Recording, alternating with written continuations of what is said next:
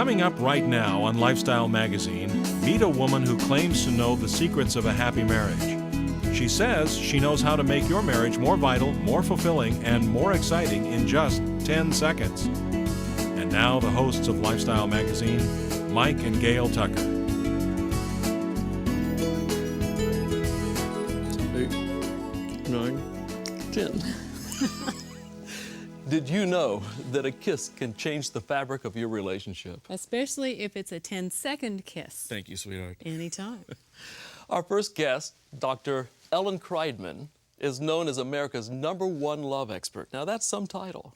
She's also a best-selling author and lecturer, and Dr. Ellen has educated, motivated, and inspired thousands of men and women on how to put fun, romance, excitement, and communication in their marriages. And she's here today to give us a crash course in healthy relationships. Welcome, Dr. Ellen. Thank you. So nice to be here. Thank you. Thank you for coming. Oh, welcome. Thank you for having me. We are talking today with Dr. Ellen Kreidman, and we have her book here, The 10-Second Kiss. We highly recommend it to you.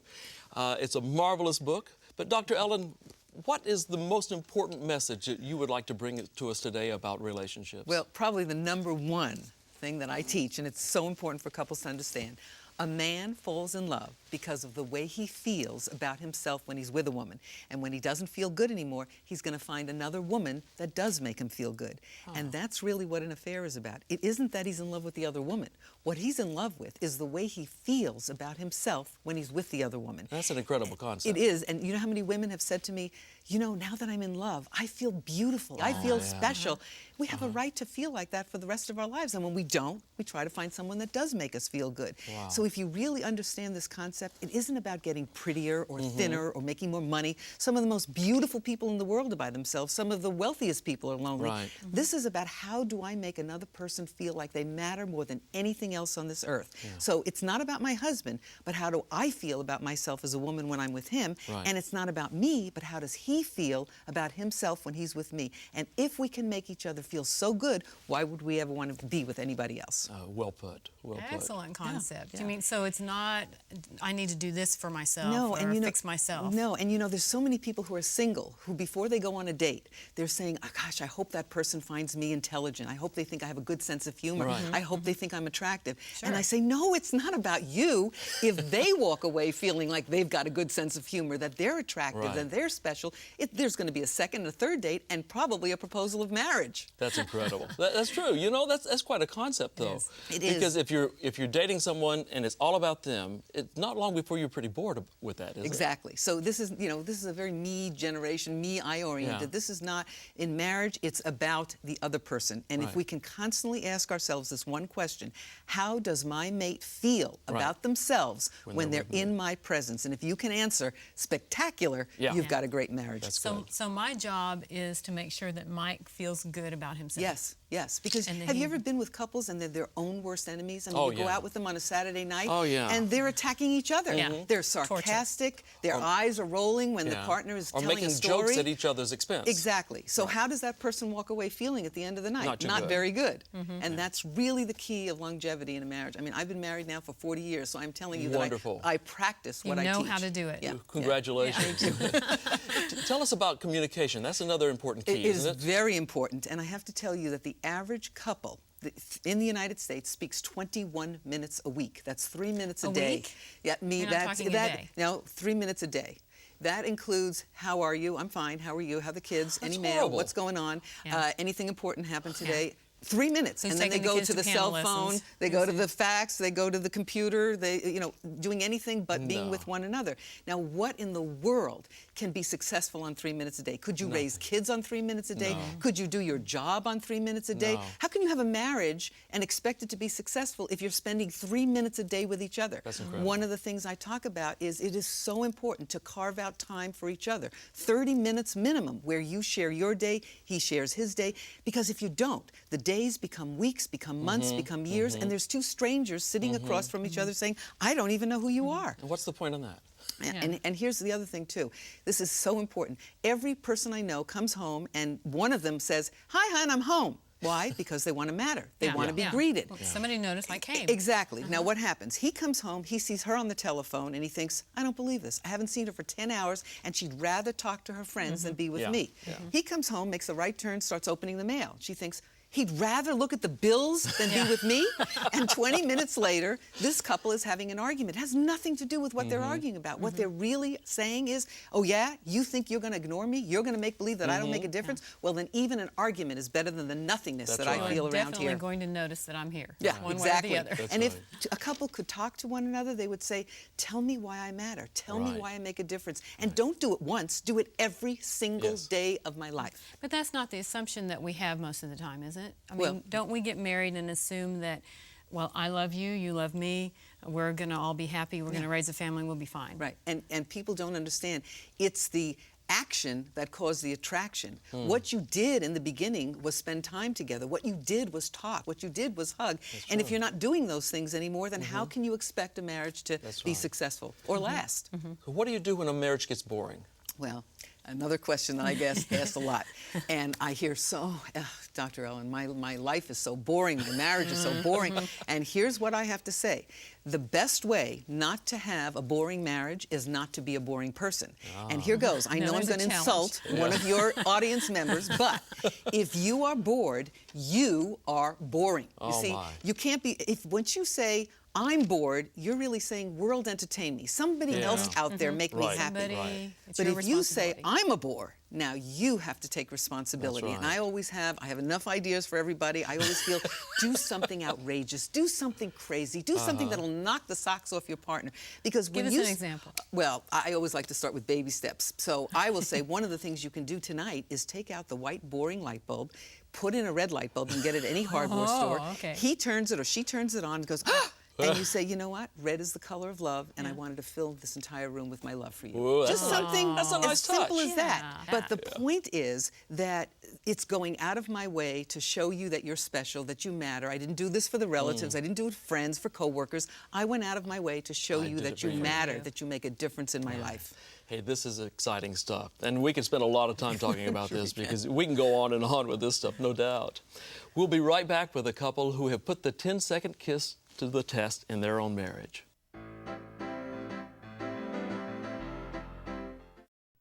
We learned English. Your kids can too. Just watch Hello Channel.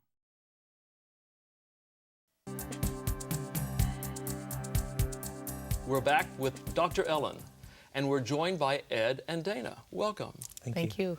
Dr. Ellen, before we move on, we opened with the 10-second kiss, and that's the title of one of your books. Yes. Tell us a little bit about the 10-second kiss before we go on. I absolutely love the demonstration that you did. That was great. I enjoyed it too, to tell you the truth. Pretty good. But you know what? I think that most people don't even recognize when that passionate relationship became a friendship and it became platonic. And one day people wake up, the couple wakes up and says, you know what? We're roommates. And that's because when you watch this couple, they're giving each other that little peck. Mwah. I love you, honey. Yeah.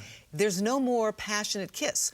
I want people to grab their mates tonight and give them a 10-second passionate kiss. That's the way wonderful. you need to greet each other before you leave. If you're not a morning person and you just see each other in the evening, it sets the mood for the rest of the night if that's the way you great. greet each other. And if you have children, it's okay for them to see mommy and daddy connect. And then you go to the kids and hug them. That's But great. you need to make that connection every single day. All right, everybody, did you hear that? The assignment tonight, 10-second kiss for everyone, everyone who's listening to this program. All right, guys, you've read the book. Yes. So did you learn new things? Was it a review of old things? What was this for you? There were some new things and a lot of things just highlighted for us that were great concepts for us to just review and put back into practice in some cases. Yeah. So what have you been using from the book that has been helpful for you?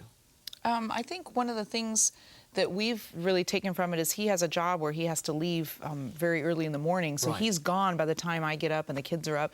And he has to go to bed very early because of that. So we've really, it was good for us, good timing for us to read the book to know that we really need to carve out and be intentional about having alone time in the evening, or else before you know it, it's, you know, 8 in the evening, you've put the kids down and you're exhausted, and you really don't, you give to everybody first instead of really taking time for your relationship. So we've started to really carve out that time for us and prioritize that. So And you guys have been married how long? coming up on 12 years this Almost summer. 12 yeah, years. almost And 12 you have years. children. We have 3 kids. Yeah. So you are busy, busy people. Busy family. Oh, man. And one of the things that I talk about is the best gift you ever will give your children is a loving relationship with each other. Absolutely. So everything that when I'm saying carve out time, go on date night, spend time with each other and get the babysitter, it is in effect for the children because when they have parents who are in love, after all those years, they feel safe and secure. That is the truth. Gail and I have been married 31 years. We still have a date night. We do. That's great. And it's Every Thursday? Thursday nights, that's No matter right. what? No matter what. Someone's got to die for us to miss the date night. And they've done that at times. It's been very rude of them. Since we're pastors, that happens That sometimes. happens. But other than that, we are on that date night together on Thursday nights. So it's important. great. Absolutely. What else have you taken from the book? Well, I love the 10-second kiss. Thank you. It is such a great way of connecting when we walk in the door, and I agree. It's also really wonderful for our kids to see It is. us, and sometimes our little boy gets sandwiched in between us. He's Yeah. only 3, and That's all right. Well, and it's they good. love that, don't they? They I mean, do. It becomes their hug, Yeah. too, and their time, Yeah. too. Yeah. I know there was a couple whose little 5-year-old went over to the microwave and timed it and put it on. Mommy, Daddy, it's 10 seconds, and then they put on the microwave. Great. Oh, that's funny. But it's important because you are a busy couple, you know, the shifts are different, and I hear all the time, we don't have the time, and my answer is make the time. This is the most important aspect of your life, your marriage. Everything else depends on it. I mean, you're even better at work when your personal life is working. So the better your personal home life is, the happier you are in your professional life. Absolutely. You know, the truth is there's nobody that doesn't have 10 seconds, right? Right. And I think if you get the 10 seconds in and you reconnect after a day apart from one another, then I think you're more prone to want to carve out the rest of the time that you need. That was the concept that I loved from when we heard you talk years ago. And Mike and I actually had to demonstrate the 10-second Yes, kiss we at a did. conference. A conference of pastors. Yeah. A room full of them, and here we are kissing. Yes, I was the only female pastor, so we were the only ones that could get up there. But the concept that I took away was that when you've been apart for a long time, you know, even I consider all day to be a Yes. long time. Yes, it is. And you take those 10 seconds. Sometimes it's hard to kiss for 10 seconds, but you do it, and it's like, Especially whoa, you laugh. Whoa, I want to stay close to him a little bit more, you know. Yeah. So it's a great reconnecting tool. And you know what? We've also become a dog and cat petting society at night. Everybody is stroking their dog, and I talk stroking about the baby. I love you. And I'm saying replace the pet with a partner. Yes. Really. Put a human head in your lap and right. stroke it. Connect. We just constantly having to think about how does my mate feel about themselves? How am I going to connect? And it doesn't take hours. It takes minutes. Yeah. So what are you guys working on right now? Is there anything that you're working on in your relationship to try to make it better? I think for me, one of the things that was a great concept for me was the idea of really, when my wife is talking to me, to give her my full attention, to not sit at the computer and Put down the newspaper, put down turn off the TV. paper, and just to take concentrated time to listen to her. Right. And I really want to try and work more on that and get better at it. Yeah. Good. I would say the same thing. That's the main thing that we're working on. That just like you were saying earlier, the 3 minutes of connection time and conversation beyond, you know, we want to take more than that. We don't want it just to be the kids' schedules or they, you know, I pack this lunch for them just so you know, and to really get to how we feel about things and not feeling like I have to offer a solution, that he has to offer a quick fix, but just to listen and be empathetic and really hear what they're saying. So That is one of the problems I think that a lot of us have when our mate poses a problem. We want to fix it rather than empathize with it. And what usually they want, and Dr. Ellen, you correct me if I'm wrong, but what they usually want is our empathy rather than our solution. Is that right? Absolutely. And you know, it also filters down to the children too, to give them your absolute attention and not sometimes come up with advice. You know, if your daughter or son comes home and says, you know, I got into trouble, what did you do? You must have done something, rather than just let the child speak. Let's let my mate speak and let me hear it from their point of view and let me just be a good listener. And they learn those communication patterns from us. They're going to carry those over into their relationships when they get married, the things that they've learned at home. Great stuff here, and I thank you for being here with us. Well, we're going to come right back with another couple in just a moment. Stay tuned.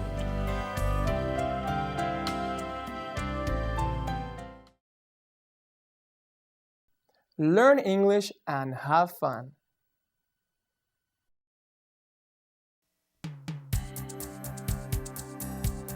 Welcome back. What we've been hearing on this show is the idea of putting fun, romance, and communication into your relationship. Joining us now are Kurt and Colleen. And Dr. Ellen, you're going to do some coaching with them, so we turn them over to you. Nice to meet you. Nice to meet you. How long have you been married? 24, just about 24 years. And do you have any children? Yes, we have 2 children, an 18-year-old son and a 20-year-old daughter. And either living at home? Our son is living at home and our daughter's at college, coming home on breaks and for the summer. And both of you, do you work? Yeah, Yes. we both have work. full-time Full-time. jobs. Okay. And the first thing I always like to ask a couple, just to get the pulse of their relationship, is when is the last time the two of you went away by yourselves alone? 2 weeks ago, we Okay. went to Hawaii, and we spent... Except that we weren't alone most of the time. We were alone, but I was for a business trip. Oh, that doesn't count. Now, business trips do not count. When I talk about once a year, a 1 week, the lover's plan is 1 night a week date night, once every 3 months an overnight stay at a hotel. I call it a mini moon. Most people go on a honeymoon. This is a mini moon. And then once a year, a 1 week vacation for just the two of you. That means no friends, no relatives, no business associates. How about kids? That No sounds kids. good. Your mindset is completely different. You want to keep the passion in your marriage. You have to connect again, and that's about being alone. When there are other people, you have a different frame of mind that you're going. If you're on business, you're not relaxed, and the two of you are not connecting. You're probably talking to business associates. She's talking to the wives of the business associates, and you may spend a couple of minutes together, but you're thinking about the next day and the next meeting that you have to go to. No, this is true. A lot of the time, since we work full-time we work close together, we do talk about business an awful lot. I think the last time we were alone together was on our 20th anniversary 4 years ago. We took a cruise to Alaska, and we had a wonderful time for a whole week, but it was very different. Yes, and but 4 years, it's not supposed to last right. 4 years. Once a year to make that kind of a plan. It is, again, you know, people think, I can't leave my children. This is for your children. Because the best gift, you want to be role models for them in their relationship, and your children are older. They're watching you. They're seeing what mom and dad is doing. And so for them to see mom and dad take a vacation by themselves alone, that's what they're going to do when they get married. I know I have 2 grown daughters now that are married, and they have that date night once a week, and if they don't have it, they're disconnected. They go, of course, we get to babysit, but they do go on that 1 week vacation because it is all about connection. Yeah. Well, you know, there is one thing that we do that I think has been helpful. Like Mike said that he had his date night with his wife. We try to every evening before we go to bed take a 1.5 mile walk together, and there we share the day. That's and we true. kind of talk about how things are going, basically, in all parts of our life. And because we like to read books and learn new things to help our lives, we read together in the morning quite frequently, or on weekends. That's wonderful. I mean, that So that shows- takes the place of the weekends that you have to spend away. And that Yes, kind of thing. yes. And I know we spoke a little earlier. Well, we spoke a little earlier, and you were talking about some of the interests you have. Can you share some of that, the concerns that you, as a couple? You know, we have had some discussions, if you want to call them that. Arguments would be another word for it. I like to spend some time, you know, like going out golfing with some of the guys, or playing tennis with a friend of mine.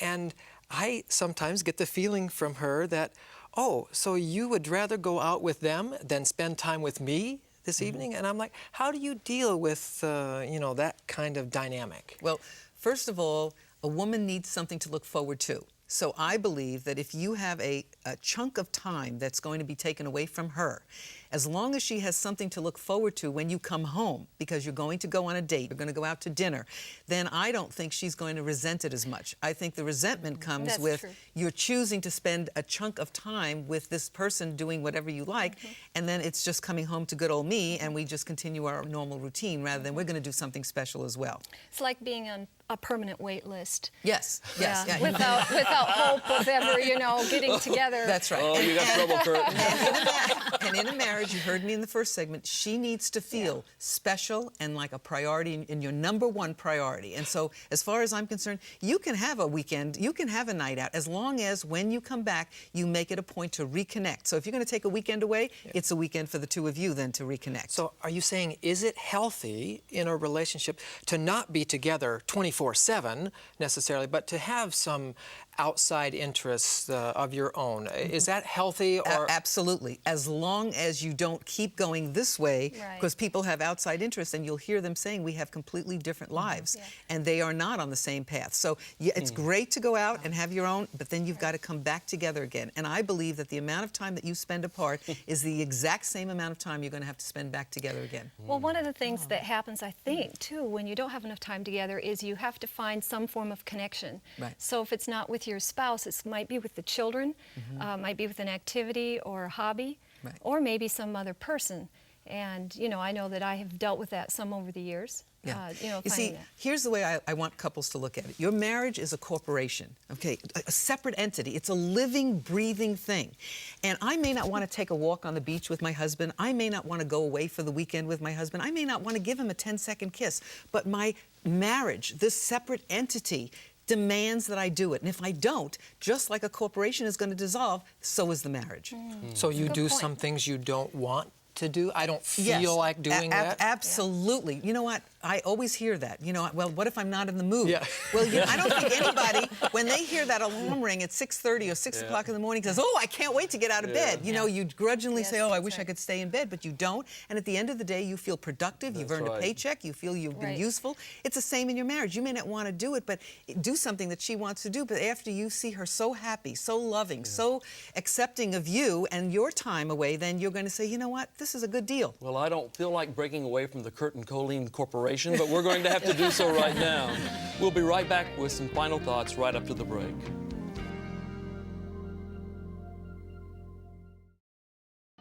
Why should you watch Hello Channel?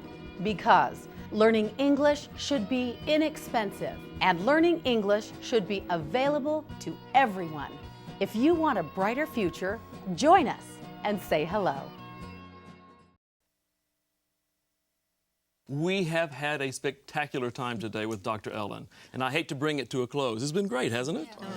Dr. Ellen, do you have a couple of final words for us? I always have a couple of words. The important thing to remember is whatever you did to get me, you need to do 3 times as much to keep me. That's If an you important can concept. remember that, you will have a very happy marriage. Oh, that is wonderful. Hey, we want to thank you guys for being here. you so much. You were It's been spectacular. great. You were open and vulnerable, and we thank you for that. And Dr. Ellen, we cannot thank you enough. Thank you for having me. We invite you to come to our website at lifestyle.org to check out more information on this program. And as we leave, why don't we try just one more time this 10-second kiss kind of a thing? Would that be all right with you? All right, let's go for it.